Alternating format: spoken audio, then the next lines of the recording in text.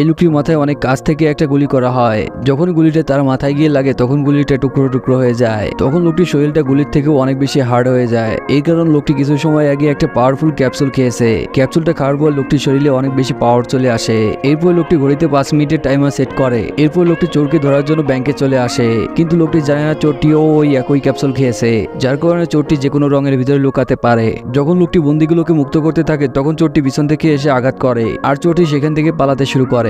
এরপর লোকটি তাকে ধরার জন্য দ্রুত ব্যাংক থেকে বেরিয়ে চলে আসে, কিন্তু চোরটির বডির রংটা চেঞ্জ হচ্ছিল, এটা দেখে সে অবাক হয়ে যায়। চোরটি একটা লোকের থেকে সাইকেল চুরি করে নেয় আর সেখান থেকে পালাতে শুরু করে। কিছু সময় পরে চোরটি একটা গাড়ির সাথে ধাক্কা লাগে, তখন টাকা ভরা ব্যাগটি ফেটে যায়। চোরটি দ্রুত একটা বাসের ভিতরে উঠে যায় আর টাকা ভর্তি অন্য ব্যাগটাকে খোলে, কিন্তু চোরটি জানে না এই ব্যাগের ভিতরে স্মোক বোম রয়েছে। কিছু সময় পরে লোকটি চোরটাকে ধাক্কা দেয়, তখন তারা পড়ে যায়, কিন্তু চোরটি তখন দ্রুত উঠে আর তার বন্দুকটা নিয়ে তার উপর ফায়ার করে। তখন লোকটি মাটিতে পড়ে যায়। তখন লোকটি দেখে তার ঘড়িতে